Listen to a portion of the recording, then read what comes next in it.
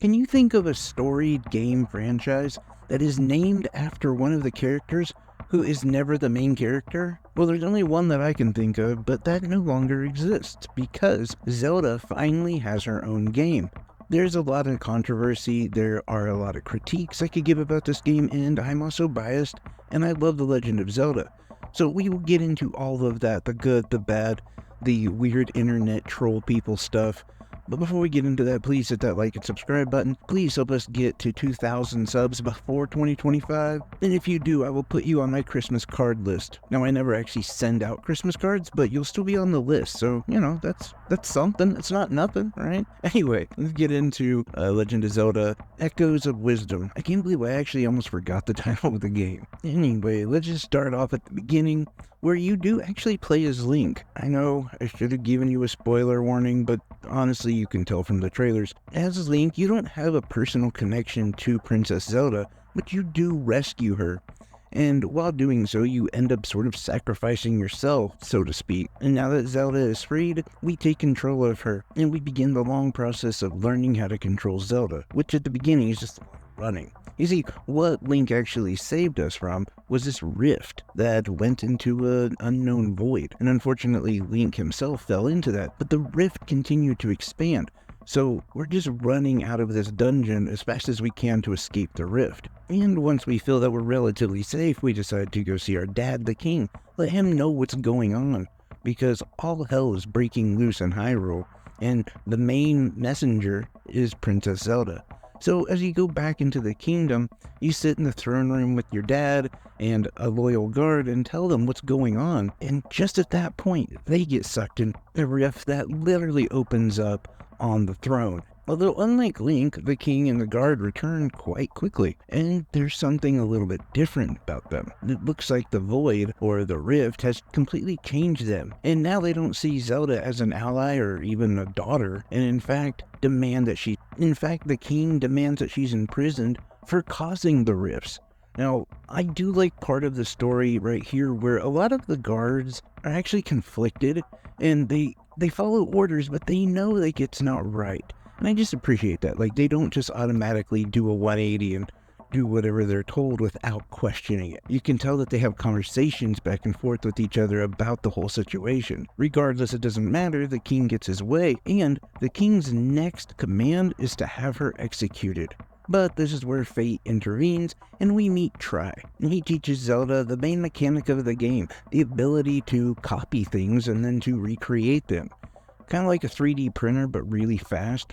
But with her newfound power, she's able to escape and goes on this quest to find out what is actually happening, who's creating these rifts, where do the rifts lead, how does she shut them down, and yes, she wants to save the brave warrior that saved her. And it's at this point that we are given more control. In fact, we pretty much can go anywhere on the map that we can actually make it to. And there's a lot of things to do. There's a lot of different enemies that you want to beat so you can copy them. The earlier the better, and that's the way with everything. Anything and everything you can copy, just do it. You will probably need it at some point. And this actually, though, is an issue with the game. It almost throws too much at you. And especially when you're in combat, you find yourself trying to scroll through your spells or your blueprints, if you will, your magical blueprints, as fast as you can to find the one that you need. And often just kind of going with the same ones over and over because they're the easiest ones to find. This also leads to an issue where it comes to the puzzles in the game. Most of the time, you can use some of the same things in just about every puzzle or every difficult place it is to get to. That almost becomes more of a puzzle than anything, is just navigating Zelda from point A to point B.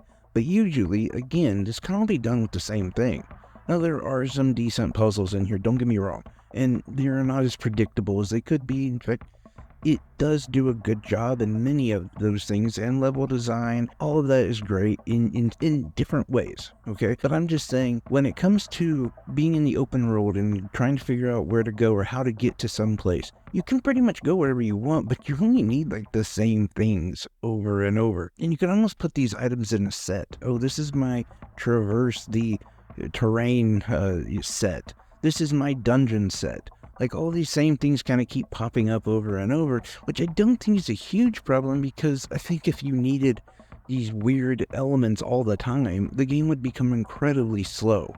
So I get where they were going. I think they were just a little too ambitious with all of the things that you could create, as it does feel like many times you might use something one time, but for the most part you're using like the table like 50 times. It's just in comparison to whatever the bush. Like there's a bush you can create. You use it to basically move fire around. But you don't need to do it that often, and there's other ways to do that. And honestly, even the combat is like this, where you basically just use the same few allies that you would use, because it takes too much work to find specific ones, so you just use the ones that you can bring up the quickest. And when I say too much work, I just mean it takes too much time, and by then, Zelda's being attacked, so you want to just have a couple that you typically run with at the ready. Combat breaks open, there you go. Now, there is another form of combat that I think is pretty cool. It's like the sword fighter mode, where Zelda actually does find Link's sword, and she's able to use it for a very brief time, and that comes in clutch, especially with bosses.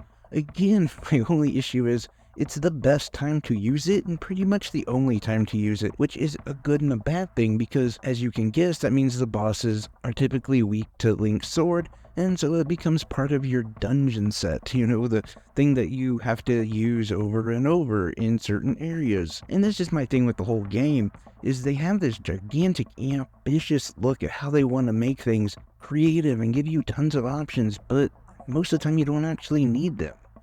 And I understand that for some people, that's gonna be cool to utilize that, but at the same time, if you had to utilize that sort of creativity, it would, again, bog the game down and kind of be annoying. So I give it a pass on that mechanic. It's just something that kind of keeps up, because I think that while trying to also make this game welcoming, they make it kind of simple when it comes to actually using Zelda's power. Now, obviously, one of the big complaints has been the performance. The game gets really laggy. There are some definite frame rate drops, and you would expect that. The map itself is, I think, 3 or 4 times bigger than Link's Awakening, and obviously you're poofing up items and allies, and there's a lot going on the screen, and it's a lot for the Switch to keep up with. Hey, luckily the Switch 2 will be out soon, and they'll probably have a better version for that. I would say that the complaints on that are a little overblown. I haven't noticed anything about the game that was like, oh, this is just tragically bad. This is unplayable. No, it's nothing like that. It's just, hey, there's some hiccups, and I'm able to move past it. But I do know that that is one of the big things that people are hating on, and if I'm being honest, I don't think it's that big of an issue. This isn't like a Pokemon Scarlet Violet kind of situation. I do think the game looks incredible, though. Kind of that Link's Awakening look, which I had already thought that was one of the, just best looking aesthetics in a Switch game that I've seen. But for me, I will say this, and again, this is completely for me, the story was really difficult for me to just get sunk into. It was a while before I really got into the game and was actually eager to play it. In fact, my first couple sessions were about 2 hours apiece, and I just kind of didn't care. Or I didn't really follow what was going on, because they throw so much at you at the beginning of the game, namely with just your abilities, and you're kind of trying to follow along with the story. I don't know. It was difficult for me. Once I did, though, then I truly, truly enjoyed it. It's just, it might be one of those slow burns for a lot of people. At least, again, it was for me. And obviously, the other thing that has been big with this game has been the controversy of Nintendo or Legend of Zelda going woke. Come on. Now, I just want to touch on this briefly. The actual game mechanics of this gameplay were decided before they decided who the main character was going to be. And in fact, it was actually going to be Link. But they kind of saw that they didn't work with him as well. And for the most part, you have your sword. Like, if you're Link, you don't need any of that. And it just came off kind of poorly. So that's why they actually used Zelda. And look, we all know Zelda's a badass ninja, so, you don't really need to say, like, they went woke. Like, they've always been pro-Zelda, Also, I will say this. For me, another big issue, and this has to go with story, and this is because I am a Legend of Zelda fan, I didn't really like how the story isn't canon. And I don't even know what is canon anymore, if I'm being honest. Like, yes, I understand that a lot of the tie-ins between the games is manufactured, and they're kind of just sewing the thing together as they release them, and it is more in line with like a Final Fantasy, but there is a story that does link a lot of it together, yet not. And I don't know, I was hoping that they would get back into some sort of pattern where, hey, we're going to actually tell a story. We're going to bring this gigantic series into one direction. And I don't know, this was definitely not that. In fact, it's even further removed from anything that they've released in quite a long time. And, again, that's cool, but at the same time, that kind of sucks. Because it's nice to have a game that you don't have to play all the other games to understand anything. But as a fan of the series and of the story, I want to know more. Like, I want to see different arcs and things brought up, but it just kind of never goes that way. And it ends up like we're starting at ground zero every single game. Again, that's a me problem. But for me, on this game, I would definitely recommend getting it. It's a fantastic game. It may be not game of the year like a lot of people said it was going to be, but it is a really good game. And it does bring back some of that Link's Awakening, old school top-down Zelda experience for a lot of people who miss the dungeons and miss that kind of gameplay. That's definitely back. And I would ultimately give this game an 8.5 out of 10. It's a little bit lower than I expected, but when I think about the repetitive nature, how some of the combat is a little bit of a chore, and in a lot of it you're kind of watching it. And when I mean outside of bosses, of course. All of that combined, and even the story, it's just a little bit lower than I wanted it to be, but it's still a great game. Don't get me wrong. But again, my advice, pick it up. It's a great game. Let me know what your thoughts are down below. Am I being too harsh on it? Is this a game that you're excited about, or that you've played it, you've gone through it, you're excited to check it out, you're gonna pass on it? I don't know. Anything and everything on Echoes of Wisdom, let me know down in the comment section below. I appreciate it. I love each and every one of you guys. Take care, everyone. Bye-bye.